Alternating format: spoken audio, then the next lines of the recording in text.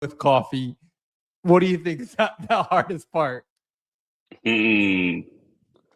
Like, so the Web3 side of things? Anything. What do you think has been like the hardest part of running? I'm doing fantastic, man. It's good to see you. It was good to see you at Breakpoint. Always good seeing your face. So Yeah, can't man, complain. dude, excited to kind of run it back. I know from Breakpoint till today, a lot of exciting news has come out, especially even the breaking news of Miami around the corner, the Seeker phone having lots and lots of success on Solana. People are flocking there, and look, man, building the Web3 coffee shop leadership, everything that you got going on. I'm here to ask you the tough questions of, hey, how do you keep building this? Like, how do you keep seeing, the big boys, Starbucks, Tim Horton, all these guys, something that you have such a competitive edge here, and that's the Web3 elements of being able to have on-chain things that could allow a deeper experience with the customer, but even a deeper experience to loyalty. And I think we know loyalty is huge within the bigger boy coffee companies. So really excited to kind of deep dive a little bit further from our first conversation. I got an icebreaker question that I gotta ask first, though, is what do you think is Yeah. the hardest part about running a coffee company that has nothing to do with coffee? What do you think is the hardest part? Hmm. Like, so the Web3 side of things? Anything. What do you think has been like the hardest part of running a coffee company that has nothing that part has nothing to do with coffee? Um, Man, I think at least the early days, I'd say like finding the right team that believes in the vision and being able to trust those people. Because I was always such a perfectionist, and I feel like it's not exclusive to what we're doing, right? This applies to any kind of startup, but um, I've been kind of a perfectionist in creative design, you name it, and being able to trust the people around you, relinquish that control, I think was probably the hardest thing for me. But like we've come so far since then that like the Raposa team is a legitimate family. Like treats, Gabriel, our marketing, our CMO, our intern, like they're family, they're brothers and sisters. So um, yeah, I think like that plus like the combination of kind of what we'll probably dive into is like how to utilize Web3 in a way that will elevate Raposa as a brand on a worldwide scale, a national scale, without like shoving it down people's throats, without them even knowing that they're benefiting from the use of Web3. Yeah, I think perfect way to kick it off and segment right into it, because I think like, yeah, you look at Starbucks, you look at like some of Dunkin' Donuts and stuff like here in the States, right? And for me, like, I actually, when I was 15 years old, I worked at Starbucks. I was a black apron, so like, did the whole mastery challenge that they had back then. And but Nice. one of the things that like we know that really like was big for them was when they did gift cards, right? And then they became a bank, because once that happened, like, man, they were able to, yeah, like kick it to a different gear when that happened. And I'm just like, man, that's a Web3 thing that like, holy crap. Do we have like Soulflare, we have all these partners, and I'm just like, man, what kind of business out there exists that can partner up with like something, let's just use Soulflare, a wallet, something like that, that could offer even more perks to say, hey, use your app on chain activities here, just do all these things, your weekly, monthly order of 20 cans, 30 cans, your monthly order of your beans, whatever that is. And then all of a sudden, you're also not only racking in points, but you're also getting a yield for holding a percentage of your, let's just say, USDC, USDT balance. And it's like, man, this is where I think things get really crazy and nutty, because you could definitely take now a business even further because of what you're able to hold from foundation level from having these kind of different treasury assets. 100%. And I think you've perfectly described what we've been working on and trying to build, like, for the last, I mean, planning at least over a year now, but actively working on the last 6 months, and hopefully will be released this year, is that next generation of reward app for Raposa. And that's where I think, like, we could talk coffee details and why our cold brew is 10 times superior to our competitors, and our process and our, like, where we source the beans from. Like, I could go on and on. We have the longest shelf life in the industry. Like, I can go on and on about that and why we're going to win at that level. But I think that next step up is leveraging Web3 at a loyalty aspect, where, let's say you find Raposa in a store, or like you said, you're ordering online, subscribing and saving X amount of money. You're getting badges, you're getting points, you're getting, you're buying limited edition can drops that we do with a lot of our partners. You're getting limited edition pin for that, and like all of these things kind of are what we envision incorporating into this, like, mega reward app that we want to that we're aiming to create. Even from, like I said, from a distribution standpoint, you find Raposa on a shelf, scan the can, sign up for rewards, or if you already have one, automatically claim points, automatically, like, integrate that, and then it gives us data to see, like, okay, who's buying, because once you get past, like, the shelves of distribution, you don't really have that data, right? As a brand, when we sell online, we do. If we sell on Amazon, we don't.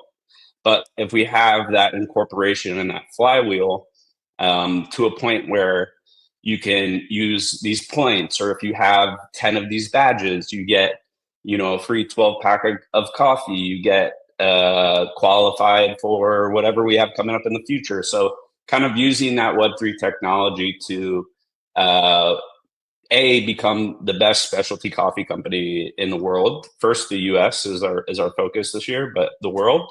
And then number two, growing the Raposa community and the Solana ecosystem for that fact, to an entire different level. And I've always said this, that, like, the fact that we're still here from when we minted 2.5 years ago, and like, we still have such a long way to go, in my mind, of where our goals are, like, speaks volumes to, like, I think we're really one of the only Trojan horses of onboarding people into the Solana ecosystem without them knowing it, just through drinking coffee, just through picking up one of our cold brews. So that's our goal. Like, Solana for us is number one, and we want to see that ecosystem grow as much as possible. And in turn, the Raposa community grow as well, without doing another NFT launch or launching more, like, deliquifying the current collection, Yeah, I mean, I think you definitely solidified the first point of saying, like, you're a real brand. And then the second solidifying point was, like, your coffee's good, right? Because I can think, like, there's steps to get to where we are now for the on-chain experience, because if the coffee wasn't good, I don't think we would have on-chain. And second of it, if the brand wasn't, like, hocus pocus type thing, we would be like, okay, like, what was it after the NFT mint? But I think you've been able to build these different type of layers to get to this conversation of saying, okay, what does on-chain look like? What does loyalty points look like? How do we reward? How do we keep growing? And again, to the biggest question, like, to the biggest thing you said there is sure, you could say Trojan horse, but this is part of what crypto needs to figure out, is how to onboard others, right? And what is the best way to onboard others, especially with something that coffee's already correlated very easy. Everybody understands it, but everybody also understands what their gift card balance is in their Starbucks reward, their Dunkin' Donuts reward, and that they know they have to get the 300 points to get, $25 off, which 300 points could be you spending $1,000 at Starbucks. But people all understand that. And so you're able to have that same conversation with them and just be able to not even say, hey, it's blockchain, it's crypto, it's Solana, any of that stuff. That's all just kind of like in the background. And I think at the end of the day, tech has always been under the hood, right? It's like, you know, you're 100%, like 100%. And like just you're bringing that on chain and like being able to, let's say it is like a limited, you know, we have a limited edition drop with a company I won't name yet, you know, upcoming, and there's a QR code on the can, and anyone who scans it gets this badge in our app, right?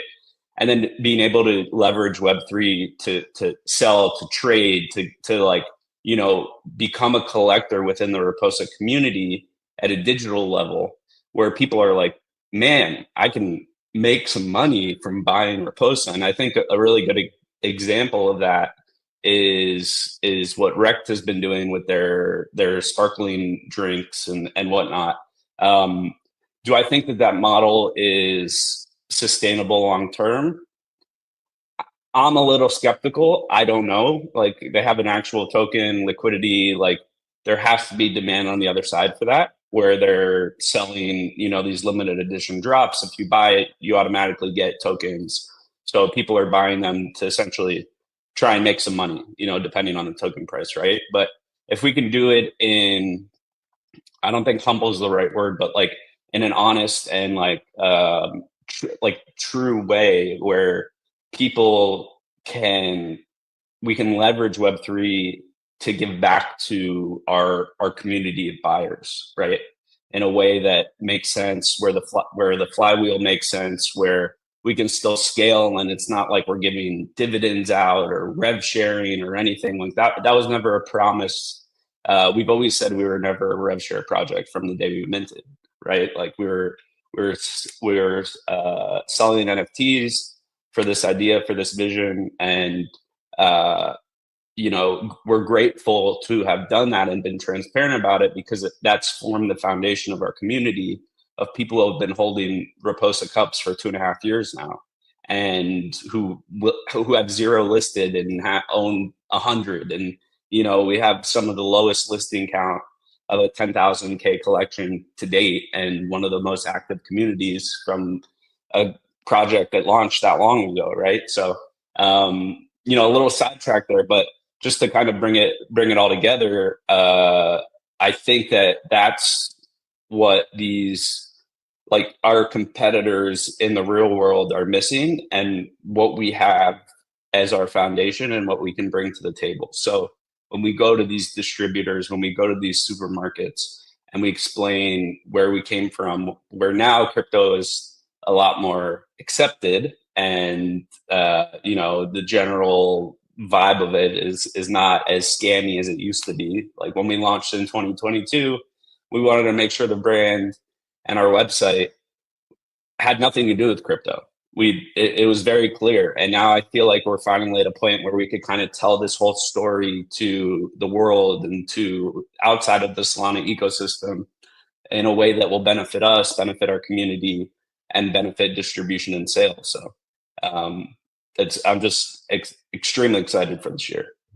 Yeah, you know, it's even going further, right? Like, you know, when you start telling me about distribution, and I'm like, you know, one of the things I always like talk to a lot of game founders, a lot of people within the crypto space, you know, they're always trying to go outside of the Web3 space. And I always think like, cool, that is great.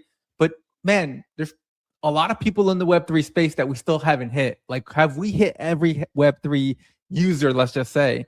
And I start thinking about what you just said, and it's like, man, what if you were at Token 2049, Consensus, you know, Bitcoin, you know, NFTs, like all these kind of things outside of the Solana ecosystem. At the end of the day, it's still powered by Solana, so that's great. But at the end of the day, you're able to go hit to more native people that could help keep building the brand, keep building the community, that all have that common interest of like, hey, let's drink coffee. Cool. I get a discount. I get loyalty points, whatever that is. But I think the biggest thing would always come back to is, you know, when you are trying to get to this distribution is now you're competing with the big boys, right? Like, is it 15-pound bag of beans, a pound of $15 beans versus 18-pound of, like, whatever that price is, you know, that's definitely something like a lot out of the scope that could be controlled, because, you know, again, quantity and quality is all that stuff that comes down to that. But I think for you guys, like, man, there's such an opportunity still just to be told within the Web3 atmosphere, Web3 community goes even further. 100%. And to be fair, like we've been doing that the last 2 years. We've done probably close to a dozen events with Kraken that have been outside of Solana, that were Bitcoin future blockchain futurist conference. We've done proof of talk in Paris twice. They called us back for. We're going to ETH Denver with Kraken in February. Consensus with Solana, but still consensus in Hong Kong in February. Again, we talked about Miami before we started this, but we could dive into that. Like we've been doing that, and I think like all of these in-person events over the last 2 years has really given us that proof of concept. Well, not only proof of concept, but what you were mentioning, like the expansion outside of just the Solana ecosystem. We do want to be the best coffee in Web3, but obviously our end goal is to be the best coffee brand in Web2. And so what the in-person events have done for us is give us live, tangible feedback from users, consumers, right? Taste testers, where we know our product's good. We've gotten feedback on our can design labels and our website and all of this stuff that people like huge companies pay whatever amounts of money to either get that marketing exposure, survey groups, research and development, you name it, right? And we've been able to go around to these conferences as a vendor, getting paid to be there, making money and earning invaluable feedback on our product, and innovate to a point where, like you said, now when you're talking about whole roasted coffee beans, like it, especially even like forget Starbucks and Tim Hortons, but like the hundreds and thousands of specialty coffee roasters just in the United States, right? Who roast amazing coffee. And it all depends on sourcing and, do they have their own farm? They can beat us on price, I'm sure, in that regard for specialty coffee. But what they don't have, and what we're focusing like very, very hard on this year, is our Nitro Cold Brew product line, because we do have such a market advantage and premium compared to other ready to drink coffees, which I'm happy to dive into. But we could get super technical. We use a globally patented nitro brewing method, and we use real specialty coffee in our cans, where most canned coffee, you have no idea what they're using. So like we're leveraging the Nitro Cold Brews to get in distribution and supermarkets and big box stores, and then hopefully funnel the coffee in there after, like the whole roasted beans. But right now, that's not really our focus. Yeah, but it seems like you guys have a awesome, research and development to like finding out that, like you mentioned, this kind of new technology to Nitro Cold Brew being in a can. You mentioned earlier as well, and you mentioned it before, of like having the longest shelf life. It seems like you guys are definitely like going down that route as well, of like, hey, what is that competitive edge? How do you become competitive within knowing the big boys of what they're doing?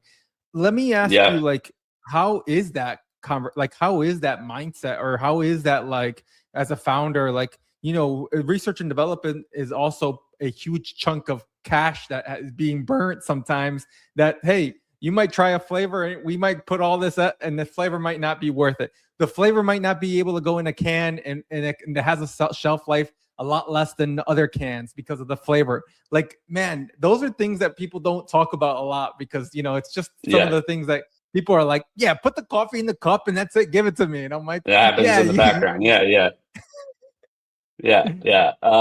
No, it's tough, but we kind of set up these partnerships even before we set out to launch our mint, to launch the brand, to launch the project.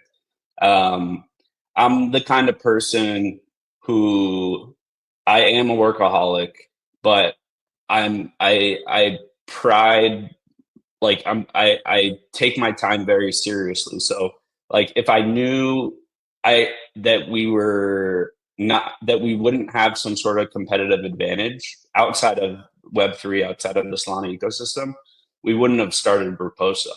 So like having those partnerships locked down in the beginning, where we have our manufacturer who does the brewing and the canning for us of our coffee, of our flavors, and obviously, like you said, the R&D can be, you know, expensive and strenuous and whatnot. You know, we've been lucky enough where we kind of set ourselves up for success from the beginning. So it's taken some time, right, organically to get to the point where we're at. And like I mentioned just before, that feedback that we get in person at all of these in-person events is so invaluable. Like right now, we're reimagining our can labels, because every event outside of Solana, we've had at least 1, 2, maybe 5 people come up to us. And the Solana Wall Street pop-up was a good example. We had a lot of normal people coming off the street, a lot of tourists who were in New York, coming to try Raposa for the first time, loving it. But they'd look at the menu, we'd have the lineup of the cold brews, and they'll like point and they'll go, I want a Nitro.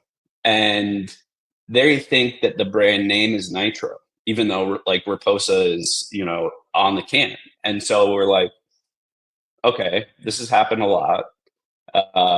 We should reimagine our can designs where we're not losing the brand, because I love the can design. Everybody loves the can designs. We're not losing the colors, but the brand name needs to be prominent. The flavor needs to be smaller on the bottom. The focus needs to be on our call outs made with 100% specialty coffee beans, vegan, because our lattes are made with oat milk. So we're almost done with that process. And like, those are the little things that people don't see behind the scenes, where once they're on the shelves, it gets us that much better of a sell-through rate. And eventually people are joining our, you know, our loyalty app that we're planning, joining the Solana ecosystem. So, and revamping our website. We just did that. We've been spending the last month working on SEO for that. And like, you know, it's just been a lot of work behind the scenes of kind of preparing to break out. This is year 3 for us, you know, technically. So, you know, year 3 of a startup, big year. And, you know, we're ready to take the risks that we need to take to get to that next level. So yeah, just small things like that. Yeah, dude. And it's funny, man, like you're talking about like the can and everything, because I think like some great case studies out there exist, like Liquid Death being one of them that comes to mind.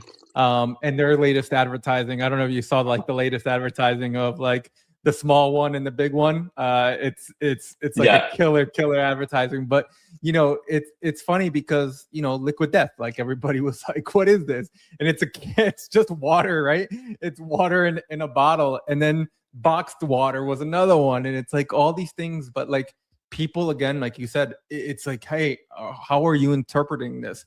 And why is it that you're interpreting? Is it because the everyday bottled water is just typically see-through and it's just like, you know, the way that it's formed and all that stuff? But same thing with coffee, right? Like you look at like the Starbucks cold brews, you look at like some of the stuff that's on the shelf and it's like, okay, cool. Starbucks logo big. What does it say? Cold brew, same thing. And it's like, it was easily well identified. And at the end of the day, sometimes, you know, when you're looking at convenience stores and all that stuff, people are in a rush, right? You're in and out. You just want to grab the coffee, whatever's there, just give it to me. I'll take it. You know, I'm on the road, get me to point B, point A. I need the caffeine, and caffeine is what they search for. So I think it's all like pretty cool that you got to talk a little bit about that, because I think that there's a lot to learn from in real life. And I think crypto is one part that they do hurt from is not getting enough of the user feedback sometimes that can help 100%. Products.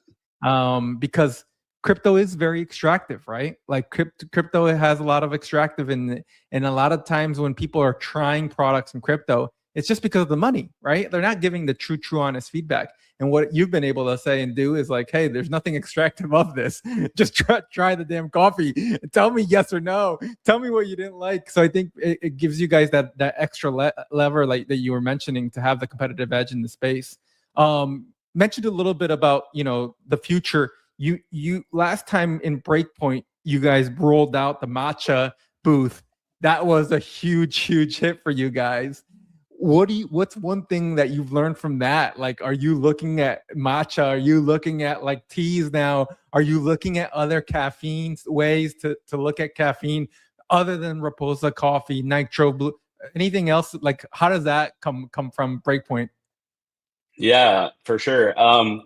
Yeah, it's a very good question, and this has been something that we've been working on since before Breakpoint. We've been doing matcha at our booth, for over a year now. No, any pop up, any conference, but Breakpoint was the first time we had a dedicated like matcha XYZ was our sponsor for that, so it just made sense. Like, let's have our just a matcha booth.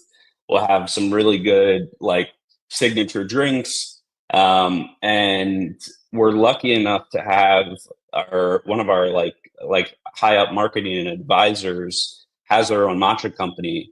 She's half Japanese. Her grandmother was a Japanese tea ceremonialist, and she was one of the first people to bring matcha, like have a matcha brand in the U.S.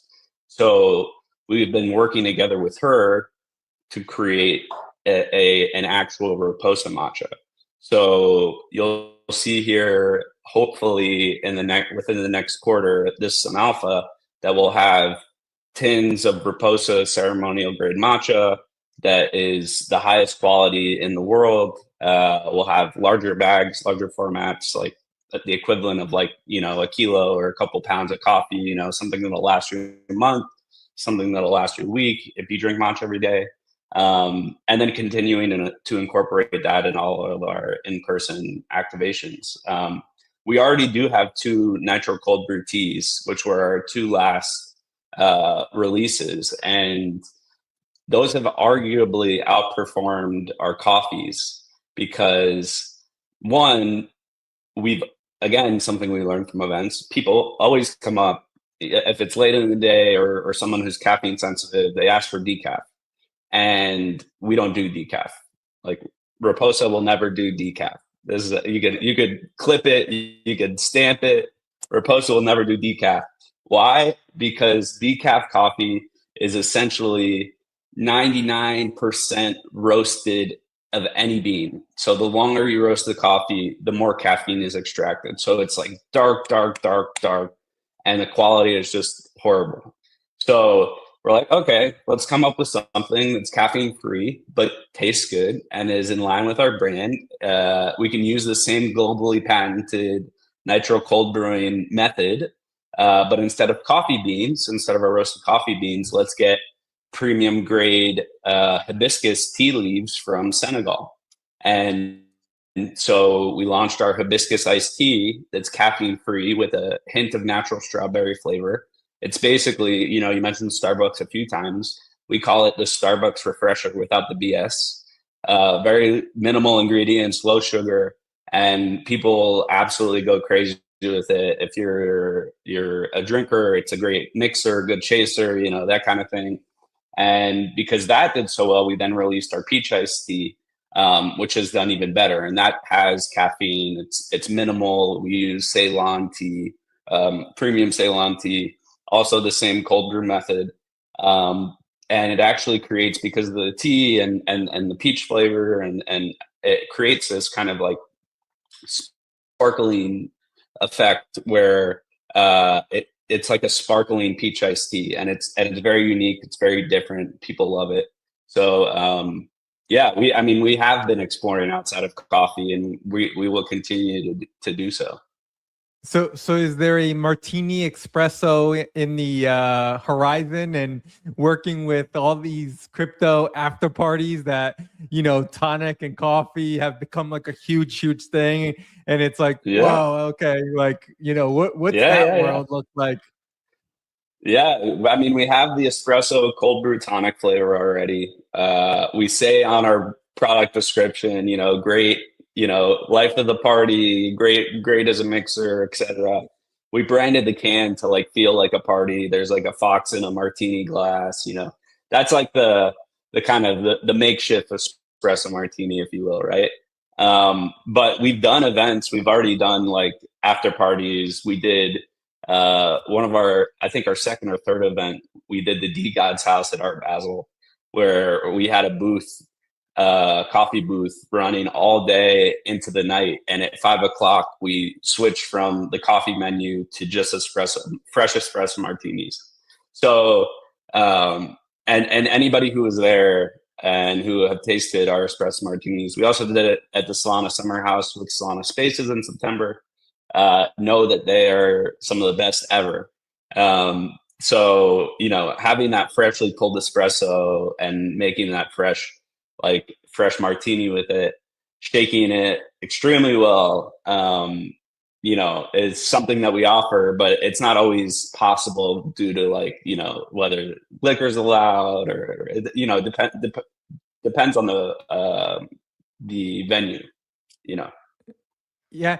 Man, it's funny you say all these things, and one of the things talking about on chain and all this stuff, like I started thinking back of all the events that I've been to and all the after parties, and I think man, back to the competitive edge here with on chain. You're talking about everybody drinking. Everyone at these events are drinking, but if you think about it, a lot of these people that are walking in and through the events are signing up through IllumiLink, but don't really, other than the LumaLink, don't have any other way, or the vendor themselves or the person that's hosting the space doesn't have a really way to connect, to say, hey, you came through my party, my event.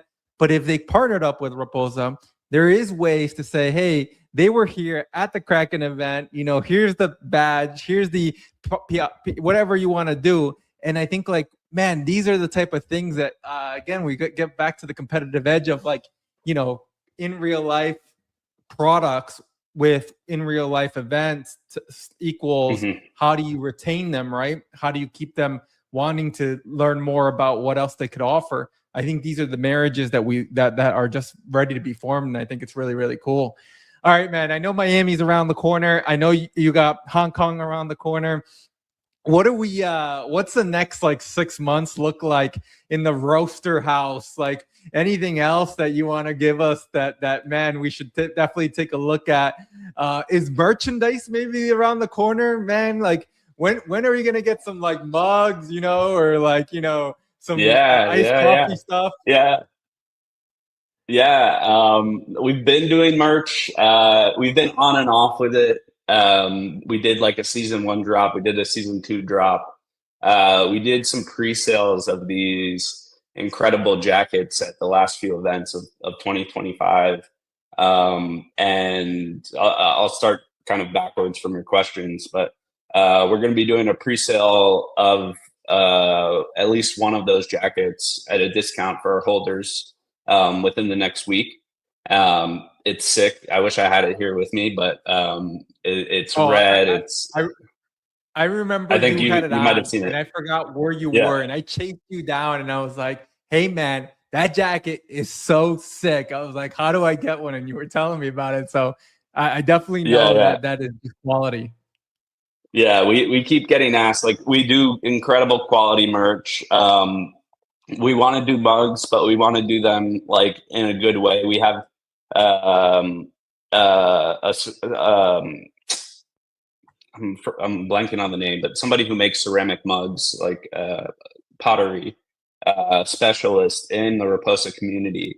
And, again, being able to lift our community, give them opportunities to help grow Raposa or give them business. So that's something we're looking into. Extremely high quality handmade ceramic Raposa mugs. We've got to-go mugs. We're gonna get those restocked soon. And then you mentioned Miami. They announced that. Oh, go ahead. Go ahead.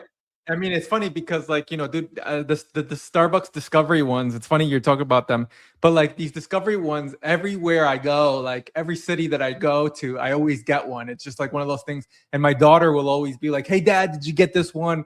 Hey, cool." And I think, man, there goes back to what you just mentioned about on chain and hey, man, what if every single breakpoint that I got one of the mugs that was designed for it, and man, these are the really cool things that gets exciting about Web3. Sorry, keep going.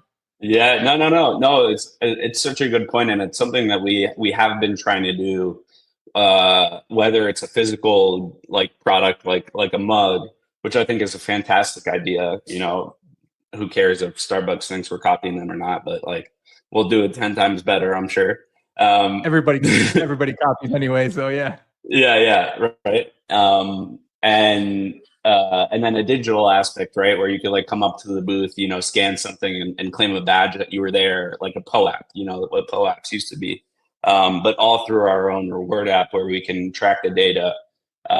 You know, let's say, you know, this person was at every event that we did in 2026, you know, and claimed every badge.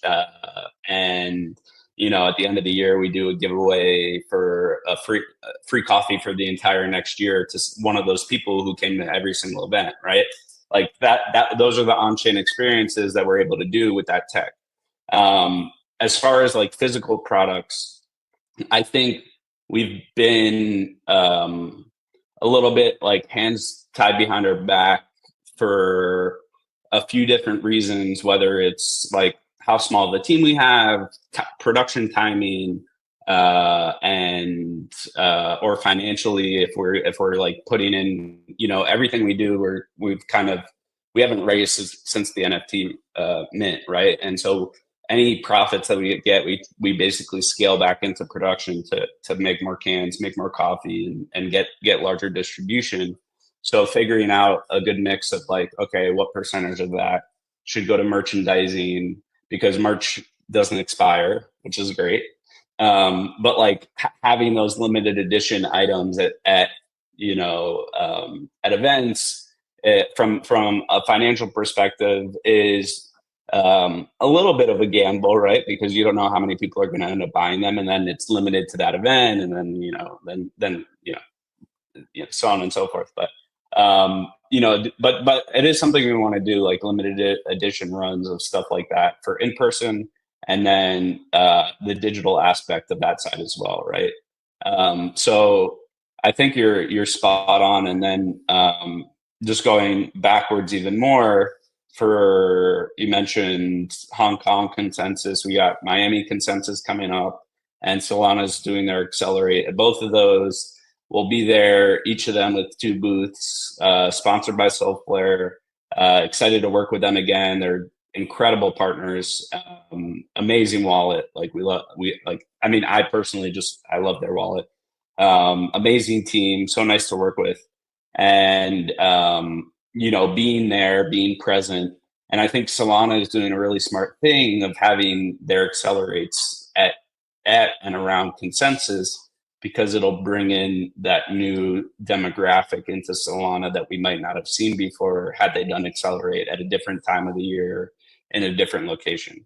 So I think the events team is, first of all, the best events team ever, by far. Love them to death, and extremely intelligent, that how they're planning this year, and they did it a lot last year too. So I want to give them kudos for that. But this year specifically, having their accelerate events around other large events, whether it's token, consensus, etc., to get people who are outside of the Solana ecosystem to come for the day, experience Solana, see what we're all about, see how awesome the events are, try Raposa coffee, right? And, you know, just kind of go from there. And not just Solana, but, you know, we have multiple other events coming up in the next 6 months, you know, first 6 months of the year. I mentioned going to ETH Denver with Kraken right after Hong Kong, which should be a lot of fun. And then I don't think I could talk about, there's an event in March that I can't talk about yet. We're trying to do something on our own for the full month of March, which until it's like fully confirmed, I won't talk about yet. Sorry to be teasing. Just, you know, little I don't want to jinx it, you know, until it's all locked in. So just make sure people have the notifications on. That's it right there. Just have your notifications on, because March might have something really spicy. Yeah. And then the second half of 2026, excuse me, I think will be the spiciest 6 months in Raposa's history. So definitely have noties on for that, because we are making some major moves, TBD, but that will completely change everything and kind of put Raposa on an entirely different pedestal. Dude, you have me at the edge of my seat, so I'm excited. I'm excited to keep deep diving into these things, and it's awesome to always talk to you. I think like listening to the way you started to where you are, the success you guys have had. I think like there's very few teams that I mean I talk to almost so many founders across it, that there's very few times that you like you really get to know somebody and you get to really hear that experience and that journey, and you're just like, man, that's like you get excited, but at the same time like you're rooting for the same team, because at the end of the day we're all building here on Solana. And I think it's like really cool to see the wins, and it's like encourages others to say, okay, like don't give up, like there's the opportunity still coming, like we're still so early. I know it's such a cliche saying, but it really is. Like, who would have thought this year, like the president of the United States talking about crypto every single day? Like we would have never thought that a couple years ago. Like, man, like it's getting so much easier. Like you said, it's getting easier to be able to talk crypto, blockchain, Web3. All these conversations are getting easier. Adoption is getting easier. So it's really, really a great road ahead. Man, yeah, I appreciate you taking 45 minutes of your time, coming on, talk to us a little bit about Raposa. We're going to have our notifications on. I am going to make sure I figure out how to get a red jacket, because I think that jacket is pretty badass. And when you do come up with the mugs, or for the guys that are iced coffee drinkers, make sure you get the Ice Traveler ones. I am the 100%. number one guy to sign up for those. But Sak, man, I appreciate you taking the time. Thanks again for coming on. And what's the plug? How do we make sure we have our notifications on for you? Yeah, well, Raposa Coffee Co., you have it here, is our brand account. My personal is at Dirty Sock, SOK. And I get in trouble for leaking alpha on there. So definitely, drop a follow, turn on the noties. And then probably where we leak the most alpha is actually in our Discord VC, which I think we arguably have, for a project that launched so long ago, one of the most active like holder VCs, just full of collectors and people who like ripping cards and What if somebody wanted to get a NFT now? Is there a way for them to still get involved? Maybe you want to give us a quick like run through Magic Eden. What do we do? 100%. The easiest way, I always just say Magic Eden. Love their team there. We've worked with them a bunch. Just search Cups with a K, or search Raposa. It'll show up. The collection is called Cups by Raposa. Little foxes. They're incredibly cute. You can pop into our Discord. We have a non-holder chat if you have any questions first. Our Discord is discord.gg/Raposa, I believe. It's in our links and on X and everything, and on the Magic Eden product page, or marketplace page, I should say. And then we have staking, where you earn SPL token called beans. Those beans can level up your cups to different tiers. Those tiers get you different levels of discounts on our online store. So if you are a coffee lover, you want to get involved, or you believe in the vision of what we're doing, I think now is a better time than any, with the current NFT market, how it's looking, to, just say, hey, let me just grab one, right? It's like 20, I think they're like around $20-$30 right now. But again, like we have an extremely low listing count, and from like that price to this price is there's not that many. So, not financial advice. We just want people who like coffee. We have a big community that loves trading cards, Pokemon, One Piece, you name it. Loves gaming. So, if you like any of these things, just grab a cup, come into the holders chat, or if you have any questions before you get one, come into the Discord, come into the non-holders chat. We're always there to answer questions and kind of help people walk through if they're looking for rare cups or like what are the hot ones, what are the best skins, that kind of thing. So yeah. I love it. I love it, man. Yeah, not financial advice, but when there's fear in the streets or there's blood in the streets, it's the best time to buy. And well, guess what? I think we're all seeing that now. So take your profits 100%. from gold or silver and rotate profits. Yeah, rotate to cups, baby. But Zach, man, thanks again for coming on. I appreciate the time. I appreciate what you guys are building, and excited to see you in Miami in about 2 or 3 months now. I won't make it out to Hong Kong, but I'll definitely do Miami since it's my backyard. So, Zach, appreciate you coming on, man. Take care. Talk soon. Yeah, of course. Thanks for having me. Appreciate you.